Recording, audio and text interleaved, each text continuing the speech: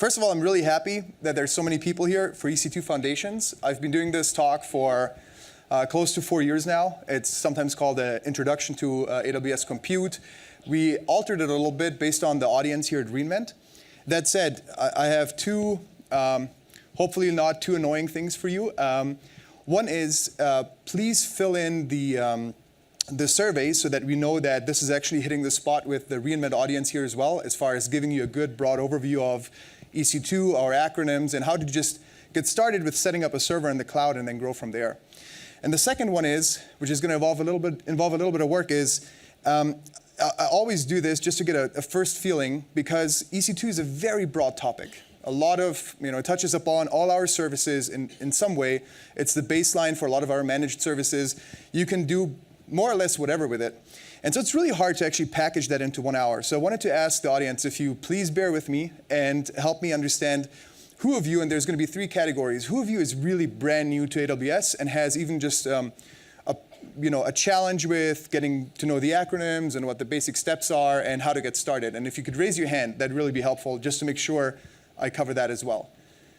And as anticipated, it's a little bit smaller, that part of the audience, as it is at some of our summits. And then I have a second category that is basically anybody that's set up an account, maybe kicked the tires a little bit, turned on a server, did some dev and test, and I wanted to see how many of you were in that category.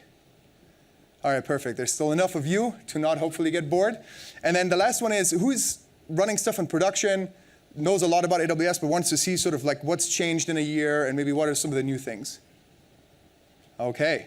So I'm hoping that I'll satisfy all of you as well, and if not, then I'll also be available for questions, probably outside of the room so that we don't encroach up on the next speaker, for any questions you might have very specifically to your environment. But with that all said, I'll just get started. So EC2 is one of our first services that we launched 10 plus years ago. It's not the first, but it's certainly the baseline of a lot of things. I work for the business development team, which is a liaison between we call them field teams, the people that engage with you, our account managers, our solution architects, our technical account managers, our support team, and so forth, and the product management team. And in that scenario, I work a lot on education internally, but then also work a lot with our partners and customers to help them transform their businesses. And then on the other hand, get a lot of feedback from you back to the product management team to make sure that we definitely build backwards from your needs to what we can deliver to help you be more agile, save money, be more dynamic, whatever it is that we want to get out of this. So all that said, I have a couple of bigger topics I want to hit with EC2. And the first ones are going to be a little bit more baseline. They're going to be a lot of acronyms, just to make sure that everybody's on the same page in the room, but then we'll move on from there. So we'll go from general concepts and general understanding of how we think of the cloud, and then move on to what are EC2 instances, what different types are there, how should I think of them, when should I use them, to understanding the storage options that come with those instances, to VPC and setting up a private network within the cloud that can help you either extend your on-premise data center or just have something that's not necessarily addressable or accessible from the internet in AWS. Then you have monitoring logs and metrics. This is mostly meant for you to have full control over your AWS environment and at the same time take action that helps you be more agile, that helps you save cost and only pay for what you truly use. And I wanted to just go over a few of the main things that people do to make sure that they get the most out of EC2 with you. And then security and access controls, there's a couple of basic things I wanted to go over. Whoever has been at the keynote this morning might have also seen an announcement we had. I don't have that in here yet, and a couple of other pieces of information that you'll see are a little outdated because I didn't know if it was going to be in the keynote today or tomorrow.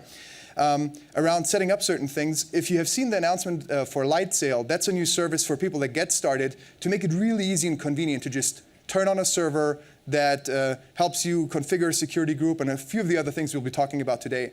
So I'm talking about sort of what's behind Lightsail as you take the next step to deliver or to deploy and use in production your own environment. But Lightsail is certainly an awesome way to get started. And it will automate a lot of these things for you. It's probably not a bad thing to understand them already, though.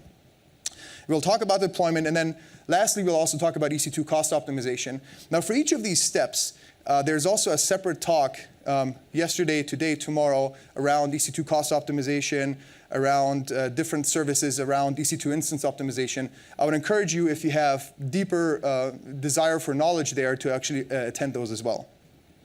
So, starting with the baseline, we have what we call regions. It's going to be pretty basic for a lot of you, but I wanted to make one thing clear because it's being misused by some, even partners, even customers, by other people in the industry.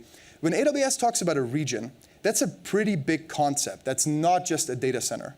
A region is comprised of multiple availability zones. Multiple or different availability zones within a region still are in close enough proximity to where you can have active-active failover, you have low latency between them, but they have different failure domains. So that means if one availability zone goes down, we have another availability zone on a different floodplain, different utility providers, different ISPs connected. And it's a much bigger concept than a data center, and it's a much more robust concept than a data center, and it's very important to understand. And even when we talk about availability zones, that's still not a data center. An availability zone can be one or many, many data centers in close proximity. So regions as a concept at AWS are a very big concept, much bigger than a data center. We have 14 regions around the world. Those are the regions where you can actually turn on a server, where you can actually open up an S3 bucket, where you can use those AWS services. In addition to those, we have points of presence that you can use for the content delivery network to serve some maybe web content to your customers with very low latency, maybe directly out of S3. So we have points of presence and the content delivery network. In addition, those regions are where you can actually spin up those AWS services and turn on an EC2 instance. 38 availability zones today, and many more regions coming online soon. And obviously, a big reason for this is being close to your customers, or, especially for enterprise workloads, having data sovereignty and having the data stay wherever you want it or need it to stay for regulatory or other compliance reasons. So an availability zone, as I mentioned, it's a distinct location. We have 2 to 5 availability zones per region, and then again, those are 1 to, I think, up to 6 data centers potentially in an availability zone. Low latency interconnectivity is very important because we want for you to have the option to fail over should something go wrong, should you have deployment problems, should there be some other reason that an availability zone might be inaccessible to you, to fail over in a way, active-active, to where there's no effect or no result to your end customer or to whoever uses whatever it is that you're running there in production. In addition to that, of course, you still have full disaster recovery mode. Let's say you're concerned with something wiping out all of Northern Virginia for some reason. You still have the option to do disaster recovery on the West Coast, where we also have additional regions, or maybe even on a different continent. But this is very important for what we call highly available and reliable architectures that you can build on AWS in a way that it's very hard for a lot of customers to do on their own, having data centers in close proximity and then yet another one at the other end of the country, and have it all be sort of uniform to where it's easy to fail over, to where it's easy to replicate, to where if you have new customers on a new continent, it's easy for you to just roll out the exact same thing again. So EC2, there's going to be very little magic in this slide, but I do want to make sure that we have this down. We have regions. We have availability zones within the regions. We have data centers within the availability zones. We have no magic at all, racks and servers within those racks, and we virtualize those servers via a hypervisor. Now, these servers come with more or less 4 resources that every one of us cares about. One is the CPU, the horsepower, the memory, the storage, and the networking capabilities. And those 4 resources are packaged up into smaller chunks. A lot of people call those virtual machines. We call them EC2 instances. So those would be the guests on the server that the hypervisor manages. Now, when we first started 10 plus years ago, we had exactly one instance type, one EC2 instance type, and that was called an M1 small. It came with 1 vCPU, 1.7 gigabytes of RAM, and 160 gigabytes of storage. It was Linux only, and it was on-demand only. The words only here are a little bit misplaced because it was a very powerful offering. On-demand is still one of the most attractive things about the cloud, obviously, paying for or by the hour for the resources that you need. But we have a lot more options today. And these options all came from customer feedback. So that's the best part of my job, is not, if you watch the keynote and people clap and they're wowed by the things we deliver, the true magic happens when we deliver something that customers can actually use to build something truly awesome. Best part of my job, hands down. And that all comes from the feedback we get from you. So as powerful as people thought 10 plus years ago the cloud is, and as many instances as they spun up, very quickly there was feedback around, well, I have a workload that's more CPU intensive. I have a workload that's more memory intensive. As much as I want to parallelize and build microservices and and horizontally scale in the cloud, I have a couple of applications where it's very hard for me to do, so I need bigger, bulkier instances. All that feedback we took back. And so the first thing we did is we created different SKUs of instances. We call these instance families. So that's the first letter in the whole term that you see here behind me, which is the instance type. So an instance type is comprised of 3 pieces of information, and basically 3 different variables we gave you so as to have more flexibility for your workload. The first one is the family. The family basically shows you what the ratio is between those 4 resources I mentioned earlier. A C stands for compute. Those instances are relatively compute heavy. They offer more CPU versus the other resources from a ratio perspective. And the reason for that is that customers had these CPU intensive workloads, and when they maxed out CPU, yes, they could turn on more and more and more instances, but if they underutilized memory and storage and networking, that just meant that for every single instance that they turned on in addition, they were wasting those resources. And in addition to agility and flexibility, the biggest goal for AWS is to help you save cost and truly only use what you need and only pay for what you use. So SKUs are very important. C instances, first thing that we came out with after the M. M is multi-purpose, general purpose. And now we have a couple other ones, and I'll show you that on the next slide. But another thing that we did is that as we introduced more powerful networking into our stack, as we got the latest and greatest Intel chips, you just heard this morning about the C5 Skylake. With our Intel partnership, we get early access there, and we build it into our next generation of C instances. As we got those better, more powerful pieces to our instances, we wanted to not just split up the underlying hardware more and more ways, we wanted to expose that to you because we saw a need from our customers to be able to use certain AVX instructions, to be able to maximize for a certain chipset. When you're at a certain scale, as dumb as you might want to treat instances in the cloud as much as you want to sort of operate serverless, there are workloads where it makes sense to optimize for those things at grand scale, HPC, large HPC applications, for example. And so we wanted to expose that. So we built generations. So you have the C instance, but then you have the first, second, third generation. With each generation, you know exactly what chipset you land on. You know exactly what kind of networking capabilities you get. And you can be prescriptive with that by choosing a certain instance generation. And then the last one is the size. And the size is pretty simple. Every time you go up in a we call them sort of t-shirt sizes, small, medium, large, extra large, 2 extra large. Every time you go up in a size, you still have the same ratio, you're still on the same chipset, but you get twice as much of each of those 4 resources. So now that enables you to not just horizontally scale, but vertically scale. Get bigger, bulkier machines for those monolithic applications that you might want to move over via a data center transformation into the cloud that you might not be able to or might not want to re-architect from scratch. If you implemented SAP a couple of years ago and it cost you a lot of money and it cost you a lot of time, you might not want to cloudify that application. But you want options to, along with all the other applications, move that out of your data center into AWS and get out of the hardware buying business. Here's a slide. Oops, did I just push that button too many times? I apologize. Here's a slide that puts that all sort of on one spectrum. It's not the prettiest slide ever created, got to be fair. But it is a slide that's supposed to show you, as a larger enterprise or as somebody that builds different types of applications, you need a home for each of those applications to make sure, again, you have the performance you need and you have the best possible price you need. And on this spectrum here, from bottom to top, we show the memory footprint of an instance. From left to right, we show the vCPU, horsepower, so to speak, that comes with an instance. And we want to have instances all across this field here to make sure that you have all the options you need. Now, this slide here is not just the ugliest one I have, it's also the most outdated after the keynote this morning. So while we max out here at 256 GB in memory on the largest instances, with the introduction of R4 and i3 and some of those, we actually go up all the way to 488. And then we go not just to 64 vCPU with the new C5 instances, we'll go all the way to 72. The point here is that, for example, the R instances, R stands for RAM, they're in purple, give you the biggest memory bang for your buck, the biggest memory footprint, the highest memory per other resources ratio that you can get for those applications that need exactly that. So those would be the purple dots. At the bottom, you have the red ones. The red ones are the C instances, more compute heavy, extend further to the right, aren't all the way as high up on the memory side. And then we have in green our general purpose and T instances. They're sort of in the middle, a couple of different options there. And then in white, we have instances that come with a lot of local storage that are storage heavy.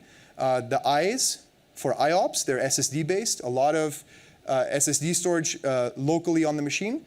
And then we have the D's for disk, spinning disk, those have a lot of magnetic storage with them. And again, you have all these different options to choose from.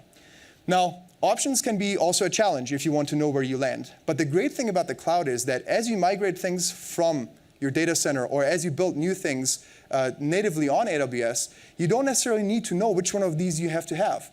Now, in the old world, you would have to get budget, get the hardware, put it in your data center, and do a lot of testing ahead of time, kind of having to know what it exactly is that you need and who was ever 100% right.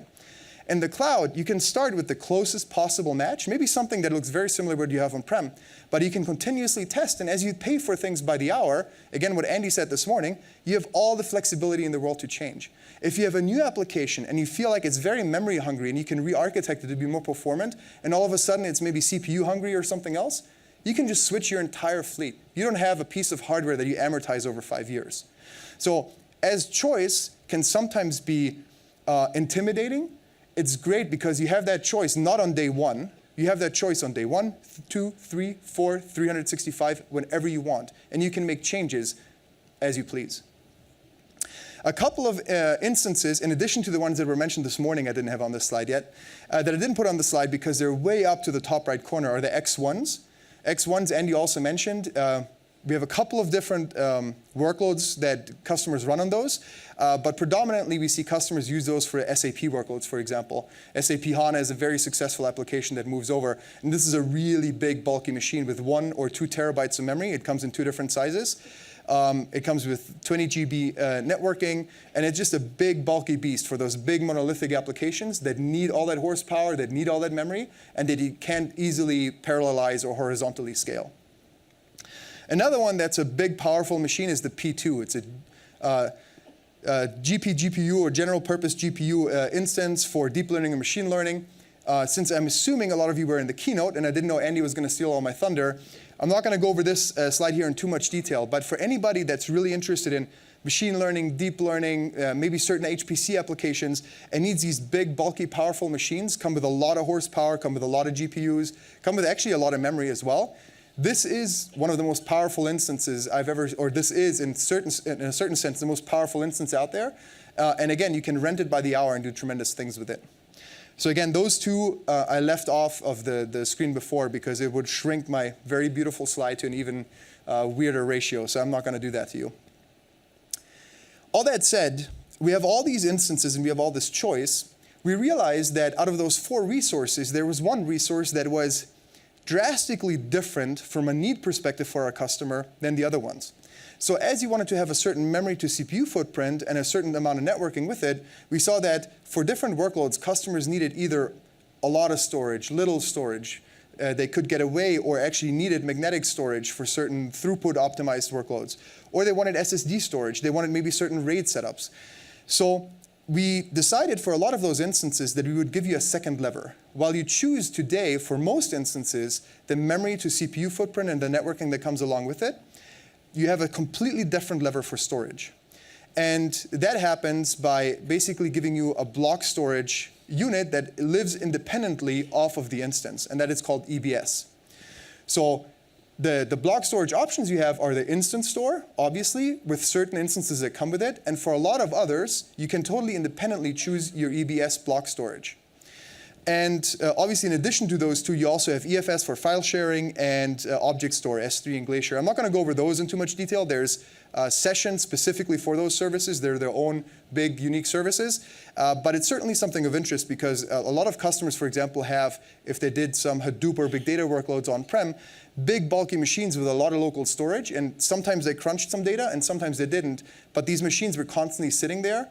As opposed to going with that kind of model, in the cloud, we would, again, sort of cloudify and turn that into an on-demand methodology. So we would encourage you to actually keep a lot of that data in S3 and only pull it out when you actually need horsepower to crunch data, and then pushing it back to S3. So I'm putting S3 here as a service with EC2 because for certain workloads, it's a crucial component for you to become more agile, have a centralized storage unit for all your data, and then being able to, in a very cost-effective way and at a high scale, actually crunch data very quickly and very cost-effectively.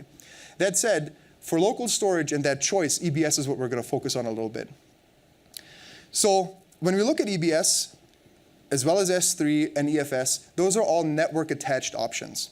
So there's one unique difference and benefit for the local instance storage, which is obviously the fact that it's local. And for certain very needy, very powerful applications, you actually need, that are very I/O intensive, you need that local storage. And we have options there. As I mentioned, we have the I instances and the D instances specifically designed for that. For a lot of other ones, that network attached option is very powerful because you have something that's persistent and independent. You have all this choice around choosing magnetic and SSD volumes. You can choose more or less of them, larger or smaller ones. And if you're independent, you can have things like replicating that independent block store on its own. So as opposed to having to run 2 instance fleets where you have the data replicated on an instance level, you can actually just have an instance and EBS attached, and EBS as a service automatically replicates all the data that's on EBS within that availability zone. So again, it's something that helps you optimize. Another thing that we have realized, obviously, is that since it is a network-attached service, and we have many other services that your instances might need to talk to, maybe the database services, maybe S3, maybe there are web servers that serve content out of AWS into the big wide world, you needed to have dedicated throughput to those EBS volumes to make sure that those don't compete with any other throughput you get via the instance. So we have dedicated throughput for EBS. It is automatically replicated. And another thing that you can do is you can take snapshots and you can automatically encrypt it by basically just check marking that option when you launch an EBS volume. So all those benefits enable a lot of customers to now do very interesting things. Things like handling replication just on the data level and not on the entire server or instance level.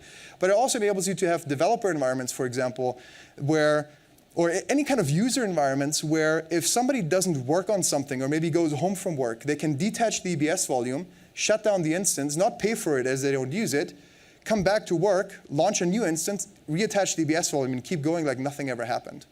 So a lot of cost optimization and a lot of flexibility as well. If you want to move from a certain instance type to another instance type, you can just detach the EBS volume. There's no data loss there. It's already replicated. You can detach the EBS volume. You can go from a certain instance type as you, again, maybe re-engineered from compute heavy to memory heavy, or as you just wanted to go to the latest and greatest generation, the C5 now instead of the C4. You fire up a new instance, you make a few configuration changes, you reattach the EBS volume, and you just keep going. So all that flexibility is really, really powerful. And with all the changes we've made to EBS from a throughput perspective, from dedicated throughput perspective, from all the benefits perspective, I would highly encourage everybody to think EBS first, unless there's a very specific need around performance or something else where you need the local storage. It's very powerful as an individual service. And sorry, one thing I didn't mention too much is snapshotting. So then the EBS volumes aren't only replicated, but you can also take snapshots from EBS into S3, and you can take incremental snapshots, and you can automate that process so as to be able to back up from S3 and even save even more money by having things just sit in S3 and only be pulled out and create a new EBS volume when you need it or when you need more of the same. So the next topic I wanted to go over a little bit is networking. Networking is obviously super important from a security and performance perspective, and it's a little bit different if you work in a virtual environment, and it's yet again different if you work in AWS with it. So something that we had to do in order to enable all these, again, mostly large enterprises to have all the security and all the guardrails and everything they needed is what we had to do is introduce VPC. And VPC is basically a capability for you to create a logically isolated environment within AWS where you can determine which instances can talk to which instances, and you can create these subnets around them. You can determine which subnets can talk to which subnets. You can determine which subnets or which instances are even addressable from the public internet, or which are only acting as a sort of virtual extension to your data center as you maybe move over from a data center to us, or as you use something in hybrid mode, that are only addressable through maybe a VPN tunnel or a direct connect, as we have that service as well. So VPC is very powerful, and it comes with a bunch of different sub-features, if you will. Elastic network interface. If you have a certain IP address range for your application servers, you can use ENIs to address those, even with instances changing behind the scenes. You can create these subnets I talked about. You can have network access control lists. You can have route tables, and basically all these different features that allow for you to determine how these instances behave, what kind of networking traffic and flow can happen between them, within AWS, with other services within AWS, out to the internet, or back to my data center. As far as network topology goes, we have these, again, availability zones. Again, availability zones can be multiple data centers, but a subnet can span an entire availability zone. When you run something, which we always encourage you to do in a highly available architecture way, using multiple availability zones in AWS at least, you have to have at least 2 subnets, because a subnet can only be as extensive as an availability zone. The VPC itself can cover multiple subnets and can be across an entire region. The subnet can only be over an availability or around an availability zone. So this is an area where, again, this morning's keynote was very important, where if you get started, we have a lot of automation there with Lightsail and other tools. Another tool that is a little bit more prescriptive, that allows for you to have a little bit more power and be a little bit more deterministic about what happens when you set up a subnet, is our VPC Wizard. So there are certain templates that you can modify from there that allow for you to pretty quickly set up something like this. So a sample VPC with 2 public subnets would be that sort of best practice. You have 2 subnets, they are addressable from the internet, but you want to have at least 2 to make sure that you can have 2 different availability zones where you can load balance between them or fail over between them. Then we have a sample VPC with a public subnet and private subnets behind that, and you can then have certain characteristics around how these private subnets can behave either between each other, with the public subnet, or maybe just back to your data center. And then we even have this hub and spoke model. So those are things that are meant to make it really easy for you to get started. If you want to have even more control, we also have a tool called CloudFormation. And CloudFormation allows for you to create basically an entire AWS environment that sort of rolls out in an automated way. And you can then put in parameters around how you want to set up subnets, what instances you want to spin up. And CloudFormation templates are reusable from one region to another. So very powerful, again, for agility, from an agility perspective. If you have a certain topology, if you have certain rules, and you have them all captured in a CloudFormation template, you can then replicate your environments very quickly if you sign up maybe new customers in a different area of the world, or if you want to just have a second stack for lower latency to your customers in the US on the East Coast or something like this. So this would just be a graphical representation of some of the things I mentioned earlier, where you can have, in this case, deterministic variables that allow for these subnets to either communicate with each other, out to the internet, or back to your data center via VPN connection. This is something that goes a little bit a step further. So as opposed to just being a little bit abstract around what you can do, this is a real use case that I see with a lot of customers, a lot of large enterprises. So we have customers, for example, this morning in the news, we had Capital One, which talked in a big way about moving to AWS. Last year at re:Invent, we had General Electric. And we have a lot of big customers that want to move to AWS, but if they have tens or hundreds of data centers, obviously that doesn't happen overnight. And the way they usually have to do this is sort of step by step, as they're constrained by developers, as they're constrained by maybe still contracts they have around data centers or hardware contracts. And as they move step by step, they usually have to take a hybrid approach. And we have a lot of options there for you to set up a hybrid scenario. And what we usually see as a very lucrative first step into the hybrid world is the very sort of spiky, low utilization but high virtual instance need workloads like, for example, an HPC or big data workload. If you want to compute something, you need a lot of resources and you want to get the results pretty quickly. But until you do it again, there might be some sort of time lag. So if you buy hardware for this on-prem, your utilization is usually pretty crappy. Actually, there's a conundrum that I've seen with a lot of customers, which is some people are very proud of a supercomputer they bought with a really high utilization. And as you talk to them, oftentimes you see that the IT department is doing really well because they have the supercomputer and the utilization is really high. But then you see that the user is actually having a queue out the door, and you have highly paid, let's say, data scientists that are actually waiting to finally get to the results or to finally do the test or prove the hypothesis that they wanted to go do. And on the other hand, you have people that want to accommodate all their users internally, and then maybe buy a lot of hardware that sits around a lot and utilization is crappy. So the question is always, which department is paying for the waste? And in that conundrum, this hybrid approach for a spiky workload into the cloud is oftentimes the first step of realizing gains and benefits super quickly. So in this case here, we would have a financial services customer that had a corporate data center, hooked that up via direct connect to AWS, and is able to spin up financial grid, HPC application, to do certain tests on a quarterly or monthly basis. They know they need to do this for regulatory and other requirements. They need to have the results by the end of the month. But again, they need that capacity to be there, but the rest of the month is kind of sitting idle. So this is a scenario that I see many, many times where people have those kind of spiky workloads and sort of what they call burst into the cloud. It's usually a first step, and then as we see people get used to AWS and progress and whatnot else, we see more and more applications move over. But this is something that's very common from what I've seen. Another thing you can do with VPCs is you can peer them. This is a one-on-one connection between VPCs.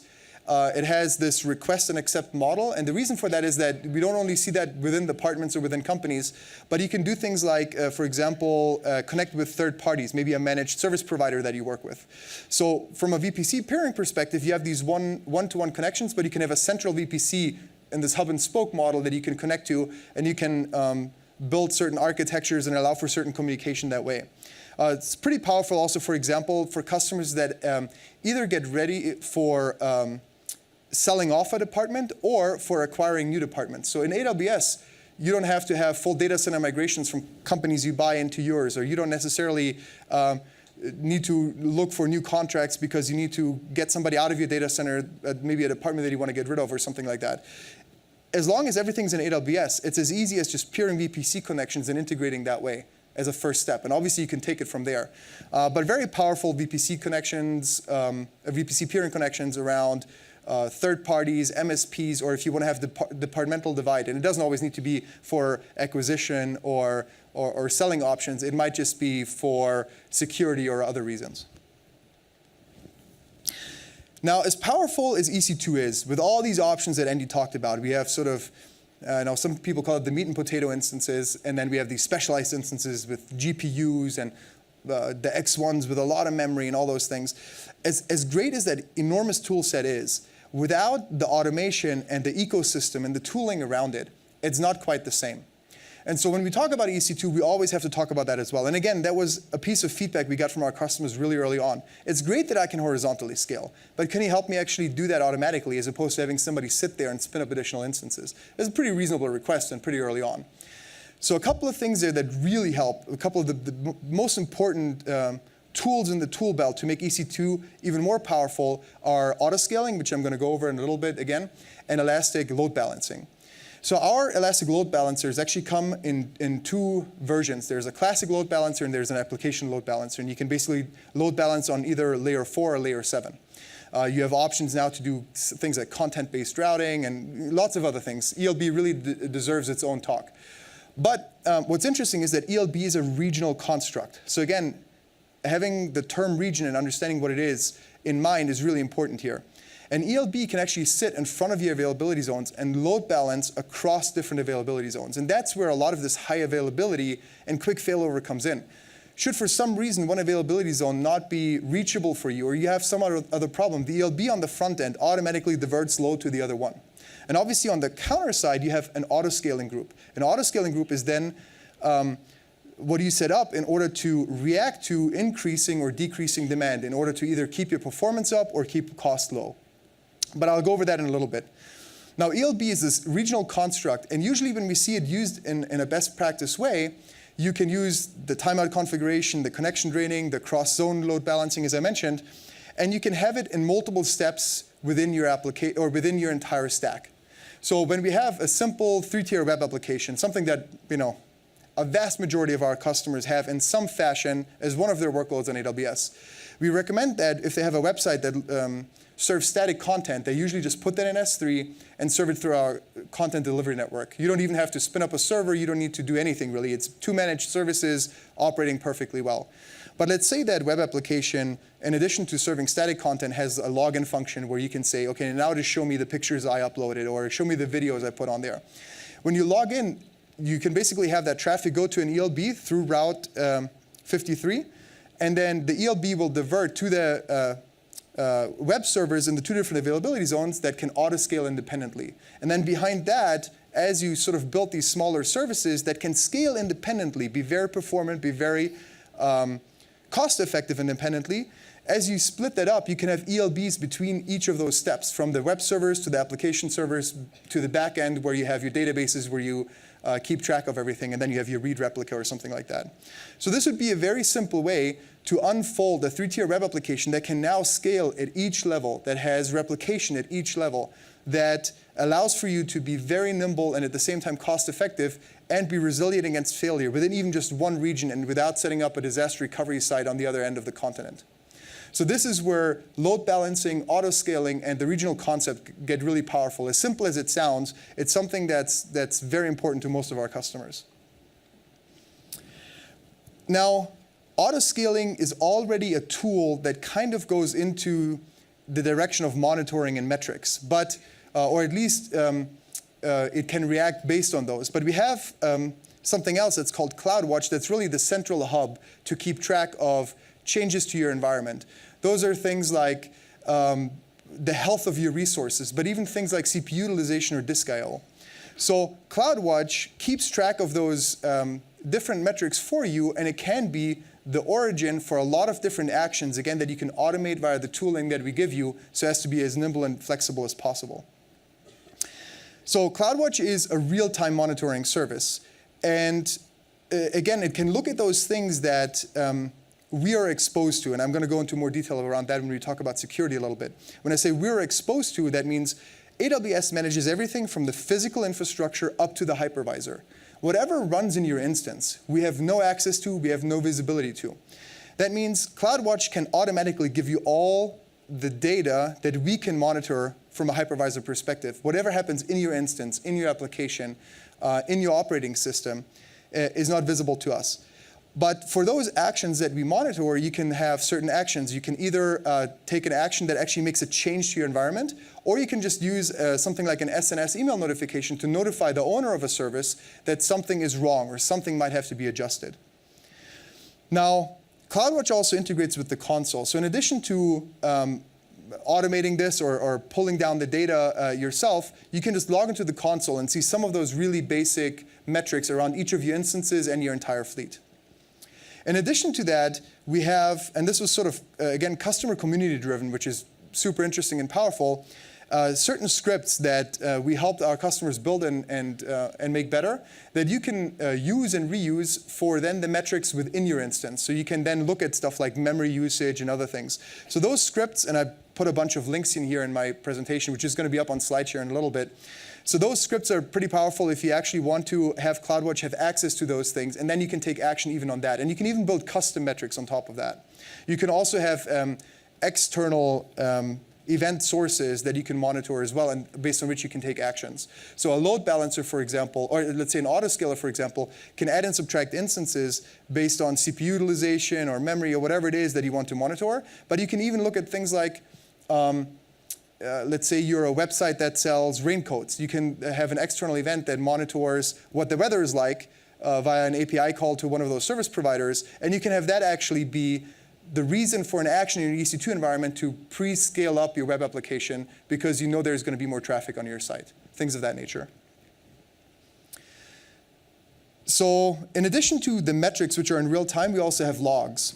And here I'm just going to put up a couple of slides that show you sort of what kind of processes our customers have come up with to take effective action on their instances. So you can have your AWS source, or you can have your custom data, like I mentioned, your external source, let's say the weather. You can have that metric go into CloudWatch, and then you can set up an alarm. And that alarm can then trigger a set of different actions. With logs, you can even look at logs, apply some filters, turn that into metrics, and then set up alarms based on that. When we talk about actions, there's a couple of different actions that are important. Obviously, the ones I already mentioned, add instances, subtract instances. But there's also other ones. If you look at, for example, the health of an instance, you can auto-recover instances. So you already have your Amazon machine image, you have your IP addresses, you have all of that. When that instance fails, we take all of that information and just recover that exact instance on a different piece of hardware. So you can have something like a recover action triggered based on your CloudWatch alarms or your CloudWatch logs. You can also do stop or terminate an instance if you just want to fail fast and maybe build something from scratch again. So when it comes to security and access control, I saw in the almost 4 years I've been here a couple of interesting things. A lot of customers, and it's a very legitimate question, and I've always been asked this, are concerned with security for obvious reasons. What's security like in the cloud? But an interesting development that I've been able to witness is that with that much manpower and woman power, we put behind our security and all these tools that we put in your hands, we have had a chance to offer certain capabilities to you that even for large enterprises have become a little bit hard to replicate internally. So I'm phrasing this carefully because I don't want to overstate this. Security is always a tricky thing. It's an important thing. But I want you to know that it's actually the highest priority for us to make sure that we have everything we need to make you as secure as possible. And I've phrased it that way because at the core of this, we have what we call the shared responsibility model. And it all comes from the fact that we can do whatever we can do from the physical hardware up to the hypervisor, but whatever happens within your instance is your domain. And so that's where the shared responsibility model comes in. When we talk about enabling all these different certifications on AWS, that means that all these different certification agencies come into our data centers and we checkmark everything we need to checkmark in order to be compliant with all of these, from SOC to FedRAMP to whatever else it is. That said, there's always a component that you have to do. And our goal is there to give you all the tools necessary and all the best practices that our other customers are using to make it really easy for you to get to that compliance. And those tools are here on this slide. So those are things like the VPC networking capabilities. Those are key management services, Cloud HSM, all the encryption things we do on EBS, but then also the keys you can bring on your own. Those are things like AWS Identity and Access Management and config and CloudTrail. So CloudTrail is, for example, an auditing tool where you can look in your entire infrastructure, who made which change. Identity and Access Management is a role-based identity and access manager that you can assign to either people or resources within AWS to give them rights to do something within your environment. And the beauty of this is not just having a service that's used by all these different customers all across the world, which means that they're pretty robust, but the beauty of this is that we have these services in all these different regions. So if you want to replicate something, if you want to build it again, you don't have to build it yourself. You don't have to build it from scratch. There's all these services that enable you to do this exact same thing somewhere else very, very quickly. Once you understand AWS, the replicability and the agility that you'll get from that is pretty tremendous. Two of the first things our customers usually have to learn is how to deal with access credentials and key pairs. So in order to actually access an EC2 instance, you have to have key pairs, and then in order to make an API call, you have to have these access credentials where you pass secrets. Again, Lightsail is a beauty, especially for my audience in here. People that just get started, a lot of this is automated and done on your behalf. That said, if you want to start gaining more control over this, one thing I would encourage everybody to do is to work a lot with IAM, the Identity and Access Manager. Because with the Identity and Access Manager, you can actually dole out a role to an instance, for example, without actually passing on those secrets and secret keys to that instance. And based on that role, then that instance could make something like an S3 API call to pull data from S3. So one of the first things, if you're concerned with security and if you want to get more hands-on with this stuff, that I would encourage you to do is to unify around Identity and Access Manager, because it's going to spare you a lot of secrets passing and key access management every time individually. That can sit within IAM, and then you can just assign IAM roles and have that a lot more manageable and a lot more secure. That's what I said. Sorry. I should have moved to the next slide earlier. As far as deployment goes, so one thing, it's already a term I mentioned a couple of times. It was a little bit unfair to the somewhat newer people in the audience.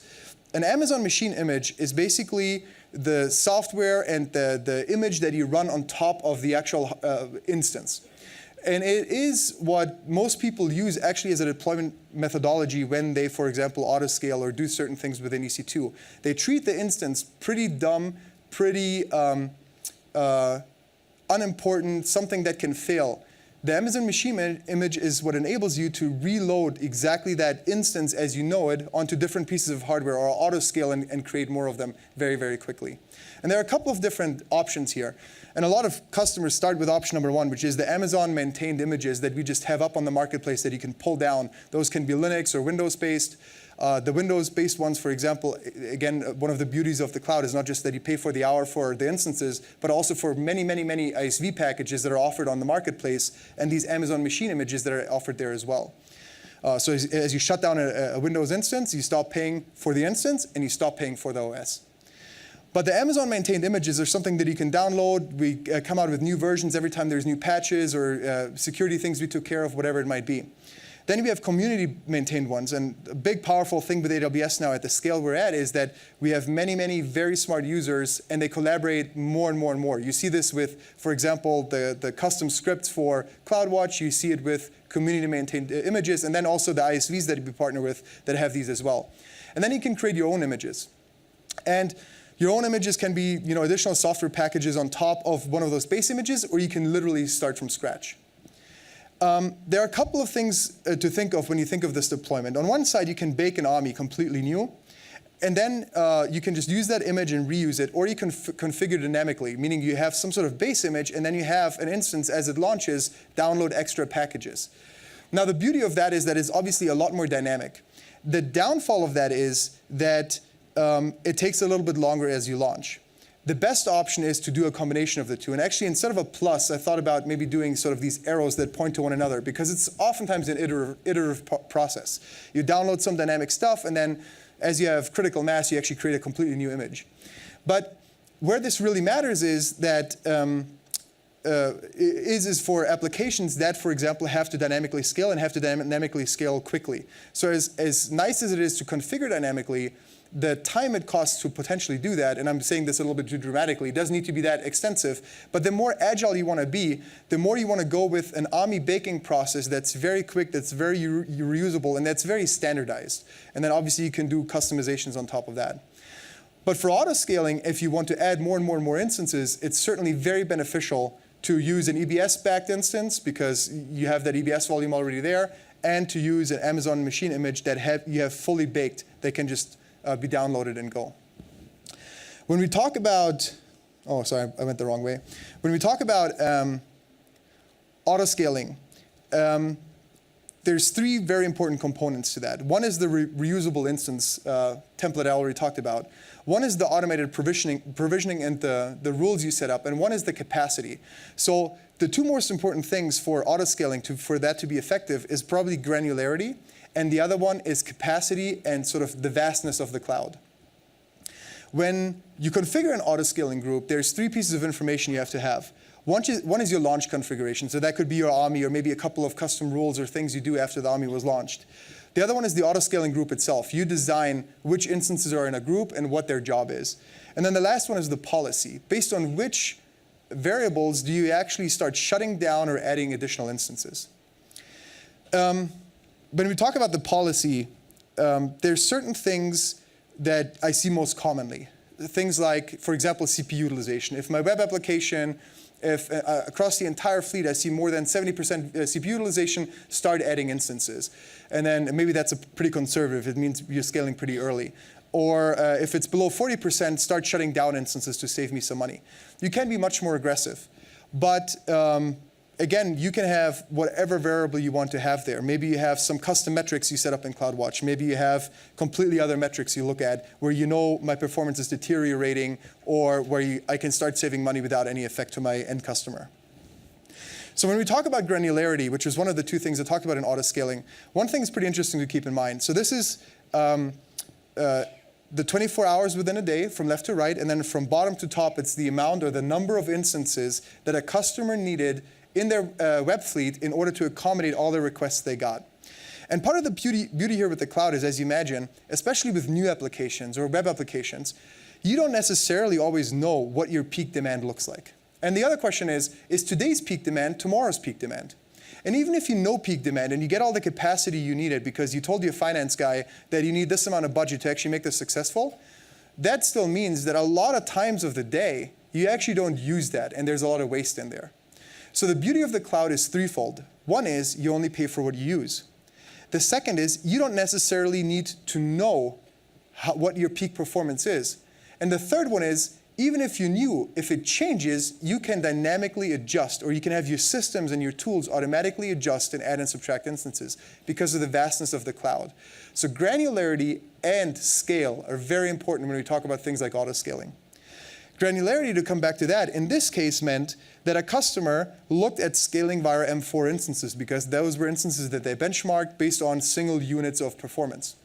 And when we look at this actual real example, we looked at this customer paid, because of the way they scaled, about $5.45 a day in order to accommodate this workload dynamically without big budgets, without big capital risk, and very dynamically.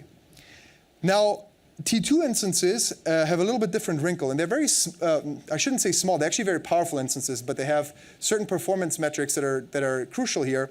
And in this case, the T2 small is actually a smaller unit of granularity that you can scale.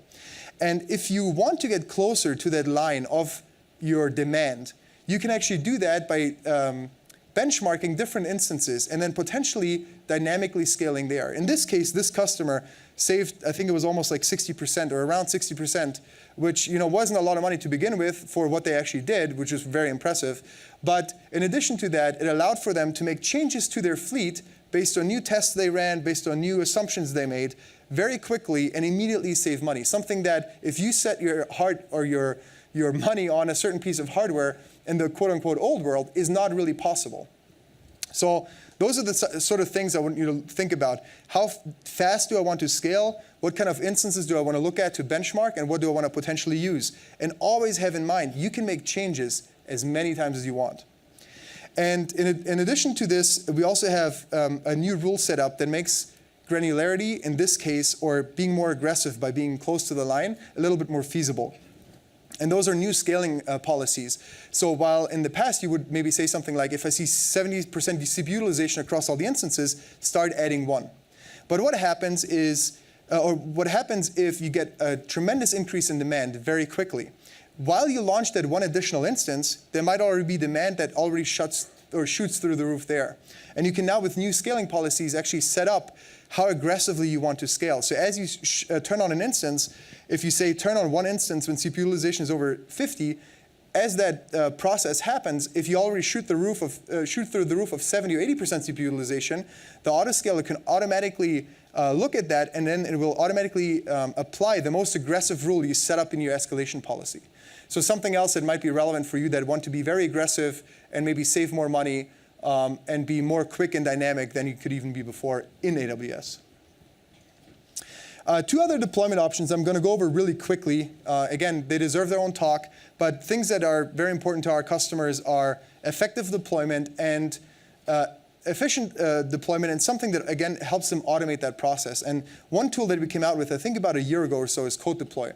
So Cote Deploy is something that allows you to create these hooks into your dev, staging, and production environment so that the Cote Deploy service automatically knows which instances are handling which one of those stages or which one of those environments.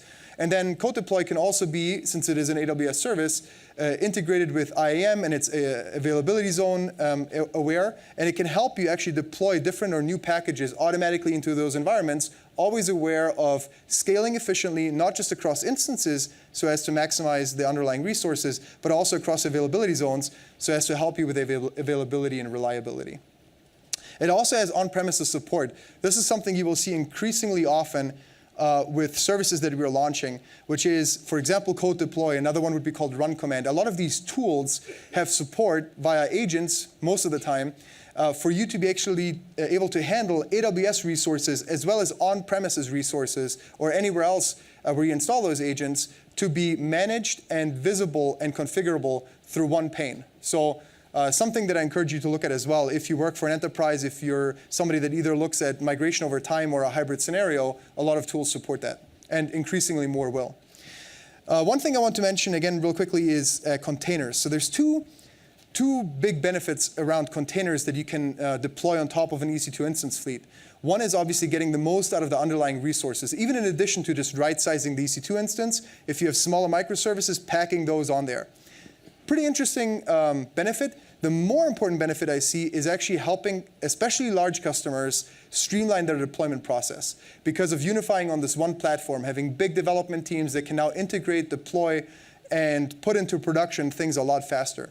So it's pretty interesting. As opposed to the startups I work with a lot of other inventions or maybe new trends or something like that, this one, containers for the development process and deployment process, is something that's taken up more and more and increasingly by large enterprises, because the bigger the development team, the bigger the benefit here. Last but not least, and I know I'm talking really fast. I'm really sorry. I'm trying to get it all into 1 hour, and then I'm still available for questions as well. But last but not least, I wanted to talk to you about cost optimization. So now you have understood how to choose your instance, start your instance, set it up in a way that is secure. You have your VPC. You can already connect to it through your own data center, all these things. As you start deploying more and more, and as you start deploying things into production, we also want to make sure, again, via CloudWatch and other things, that you run as cost efficiently and as performant as possible. So CloudWatch has things where for on-demand instances, you can scale automatically with Autoscaling and ELB, but CloudWatch has things that can also alert you of instances that run at very low utilization over a long period of time. EBS volumes that have been detached for a long period of time. And then again, your actions can be something like right away shutting it down, or if you don't want to upset a developer or somebody else, maybe at least sending a notification to the owner asking what's going on with this. Do you want to shut this down? One of our biggest goals for tooling is not just to make it more efficient and agile for you, but to save you money. It's a real big tenet of ours to help you be as efficient as possible. So CloudWatch is really important there for on-demand instances. But if you have workloads that are more, that have higher longevity, so maybe let's say it's a production database. It needs to be on all the time. Not only should it be on all the time, it needs to be on all the time. That thing should not be down.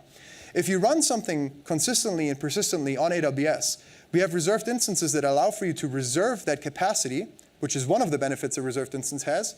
But then in addition to that, for you, the fact that you're reserving this capacity and agreeing to using it for a year or 3 years or whatever it might be, we're extending a pretty severe discount for reserved instances to you. So for 3 ERIs, you can get up to 70% off or over 70% off of what the on-demand price would be if you actually run this thing 24/7. So reserved instances come with 2 benefits. Over time, we have learned that some customers only value one or the other benefit. So we have a new feature that might be interesting to a lot of you, which is with a reserved instance, you can either get both of those benefits by being very prescriptive about which instance you want, where you want it, and we reserve those capacity for you in the specific availability zone, the specific chipset, this exact instance.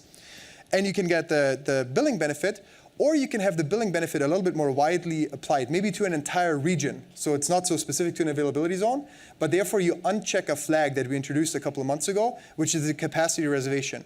So there's a lot of customers that want to forfeit the capacity reservation. They say, this is running anyway, it's there, it's fine, I don't need the capacity to be reserved. I just want the billing benefit to be extended to the entire region. They can uncheck that. So you can either have both the benefits or one benefit more broadly applied. So maybe one thing to note for all the more experienced customers here, reserved instances have both of those, and one can be turned off nowadays in order to extend the other. Spot instances are a very interesting concept. So as we have all these instances, all these regions, all these availability zones across the world, we always need to stay ahead of demand. And as we try to do that, we have usually some extra or access capacity. And you can actually bid on that capacity for the price that you want to bid, whatever that might be. You can get up to 90% off. So for big data workloads, maybe something that isn't crucial because it doesn't fulfill real-time demand. So it's not like a web server or something. It's maybe a bunch of data you want to crunch through before next Friday. You can bid on a bunch of capacity, enormous amounts of capacity in the AWS cloud. And as you're outbid, you might lose a few instances and might do a little bit less processing. But you can be pretty sure, usually, depending on your timeline, that you can, by the end of the week or whatever it is, crunch through all that data at a fraction of the cost. And we have a lot of customers doing genomic sequencing, certain Hadoop jobs, rendering jobs for cartoons or movies, all those types of things at a fraction of the cost. And it's a very interesting value proposition to customers that have those types of applications or workloads. And then lastly, we have dedicated instances and dedicated hosts. This is the last thing I'm going to go over today. And dedicated instances and dedicated hosts are born out of a need. Again, we saw from you, our customers, feedback we took to heart, which is for certain regulated workloads, maybe regulation that was written 10, 20, 30 years ago before the cloud or without the cloud in mind, they still have regulation that demands that they are on dedicated hardware. No other customer, nobody else but them can be on that piece of hardware. If you have that regulatory requirement, you can launch dedicated instances. Sometimes also another one would be, aside from regulation, maybe a contract you have with an ISV. In order to run this piece of application or software, whatever it might be, on a piece of hardware, you need to be the only guest on there, and you need to have that entire thing. And you can launch dedicated instances, and dedicated instances are basically our promise to you that whatever dedicated instance you launch, behind the scenes, we will pack on the same hardware, and there will be no other guests but you on that hardware. So they're a little bit more costly, but therefore you get that promise and you get that contractual obligation. Dedicated hosts take that basically in a little bit different fashion. So as opposed to us saying, just launch a dedicated instance and we do it behind the scenes, you actually get an entire dedicated host, and you're the one specifically launching instances onto that host. And where that oftentimes comes into play is, for example, those ISVs that want to know sometimes in their contract still, if you want to, for example, extend your enterprise agreement with a large ISV, in order to put those enterprise agreement licenses you already purchased into the cloud, at times you're required to actually know what the physical cores are on that machine, what the exact physical makeup is. And with dedicated hosts, you have exactly that visibility and the option to license an entire host and then place instances on top of that. So those are offerings that are born out of a need that our customers had, and that give you side by side the full flexibility of on-demand, the scale and cost effectiveness of Spot, the cost effectiveness and the security of being able to run as many instances as you have on reserved instances, as well as being able to extend enterprise licenses or accommodate your regulatory requirements all side by side in AWS. So a lot of information. I apologize for talking fast. I'm going to say one more thing about Spot instances, and then I'll let you go, and then I'm available for questions. One thing to note about Spot instances is I think it's called in English a secondary market or something like that. So you have a bid price. The bid price is actually not necessarily what you pay. Your bid price is the price you're potentially willing to pay up to this point. And then there's a market price, which is sort of the last fulfilled bid. You always pay the market price until the market price exceeds whatever your bid price is, at which point your request for additional instances or for running instances is no longer fulfilled. Should you ever be outbid because there's more on-demand demand and we fulfill that first, or something like that, you get a 2-minute warning before your instance is shut down. So you can, for Hadoop jobs, for example, go back to the last milestone or checkmark something, or if you're heavily containerized and flexible, you might even be able to move the workload off in those 2 minutes. But for Spot, you bid your price that you're willing to pay, and you pay the price that's the market price. And only when that approaches your bid price do you pay that, and only when that market price exceeds it would you actually lose instances. We also have a different feature that's called Spot Fleet that enables you to be even more abstract and say, I just need a certain amount of cores and memory. Just look for the cheapest instances in the AWS cloud in a certain region, and you can have certain constraints. And Spot Fleet will actually do all that administration for you. So a lot of information. I know I went really fast. Again, I apologize, but these slides will be up on SlideShare, and I put a couple of additional slides in here for additional resources for you to read further about EC2, how to scale or how to apply auto-scaling and be more nimble, how to take the next step to labs and training and certification so that you can become more versed in AWS overall. And then I lastly just wanted to thank you for showing up. I really appreciate it. I'm available for questions. And please fill in your evaluation so that I can make sure that whoever is the next audience actually gets all their questions addressed. Thanks very much.